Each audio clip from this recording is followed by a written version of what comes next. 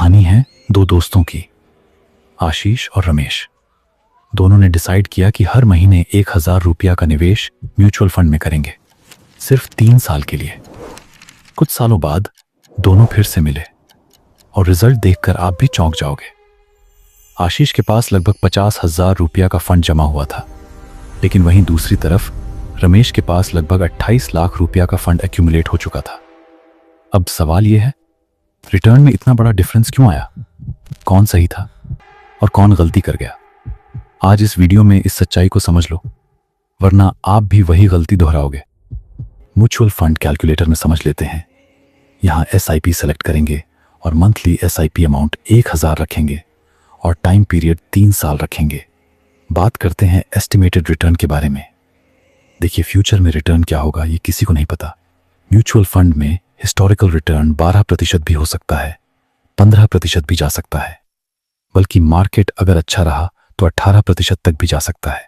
अगर 12% historical return रहा तो 1000 रुपये की SIP में टोटल इन्वेस्टमेंट 3 साल के बाद लगभग 36,000 रुपये होगा और टोटल फंड वैल्यू इस केस में लगभग 43,000 रुपये तक जा सकती है, यानी एक्सपेक्टेड रिटर्न लगभग 7,000 रुपये के आसपास हो सकता है। 15% हिस्टोरिकल रिटर्न के केस में वही 36,000 रुपये लगभग 45,000 रुपये तक जा सकता है 3 साल के बाद, और एक्सपेक्टेड रिटर्न इस केस में लगभग 9,000 रुपये के आसपास हो सकता है।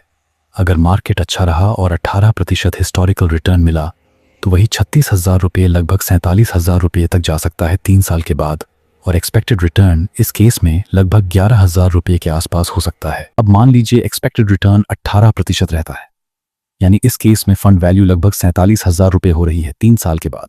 अब इस अमाउंट को तुरंत विथड्रॉ न करके अगर आप इसे होल्ड करते हैं कुछ साल के लिए, तो रिटर्न में क्या फर्क आएगा देख लेते हैं। अगर 47,000 रुपये को 5 साल के लिए होल्ड करते हैं तो एक्सपेक्टेड फंड वैल्यू 5 साल के बाद लगभग 1 लाख रुपए के आसपास हो सकती है, और एक्सपेक्टेड रिटर्न इस केस में लगभग 60,000 रुपये तक जा सकता है। अगर 47,000 रुपये को 5 साल के बजाय 10 साल के लिए होल्ड करते हैं तो एक्सपेक्टेड फंड वैल्यू 10 साल के बाद लगभग 2,45,000 रुपये के आसपास हो सकती है, और एक्सपेक्टेड रिटर्न इस केस में लगभग 2 लाख रुपये तक जा सकता है। इसी 47,000 रुपये को अगर 15 साल के लिए होल्ड करते हैं तो एक्सपेक्टेड फंड वैल्यू 15 साल के बाद लगभग 5,50,000 रुपये के आसपास हो सकती है, और एक्सपेक्टेड रिटर्न इस केस में लगभग 5 लाख रुपये तक जा सकता है। अगर 47,000 रुपये को 20 साल के लिए होल्ड करते हैं तो एक्सपेक्टेड फंड वैल्यू 20 साल के बाद लगभग 12,75,000 रुपये के आसपास हो सकती है, और एक्सपेक्टेड रिटर्न इस केस में लगभग 12 लाख रुपये तक जा सकता है। और अगर इसी 47,000 रुपये को थोड़ा लॉन्ग टर्म यानी 25 साल के लिए होल्ड करते हैं तो एक्सपेक्टेड फंड वैल्यू 25 साल के बाद लगभग 29 लाख रुपये के आसपास हो सकती है, और एक्सपेक्टेड रिटर्न इस केस में लगभग 28 लाख रुपये तक जा सकता है। आपकी इन्वेस्टमेंट स्ट्रैटेजी क्या रहेगी? वीडियो में कमेंट जरूर कीजिए। यानी इमीडिएट रिटर्न बनते ही उसे विथड्रॉ करना है, बिल्कुल शॉर्ट टर्म अप्रोच के साथ और लो रिटर्न में कॉम्प्रोमाइज करना है, या फिर होल्डिंग स्ट्रैटेजी अपनानी है लॉन्ग टर्म के लिए, ताकि बेहतर कंपाउंडिंग मिले और हाई रिटर्न मिलने के चांसेस बने रहें।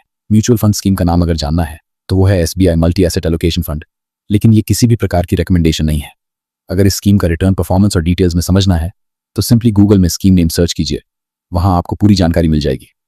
अगर आपको इस स्कीम या प्लान के अलावा और भी पॉपुलर और ट्रेंडिंग प्लान्स के बारे में जानना है तो इस वीडियो को जरूर देखिए। मिलते हैं अगले वीडियो में, धन्यवाद। म्यूचुअल फंड बाजार जोखिमों के अधीन होते हैं। Please read all scheme related documents carefully before investing.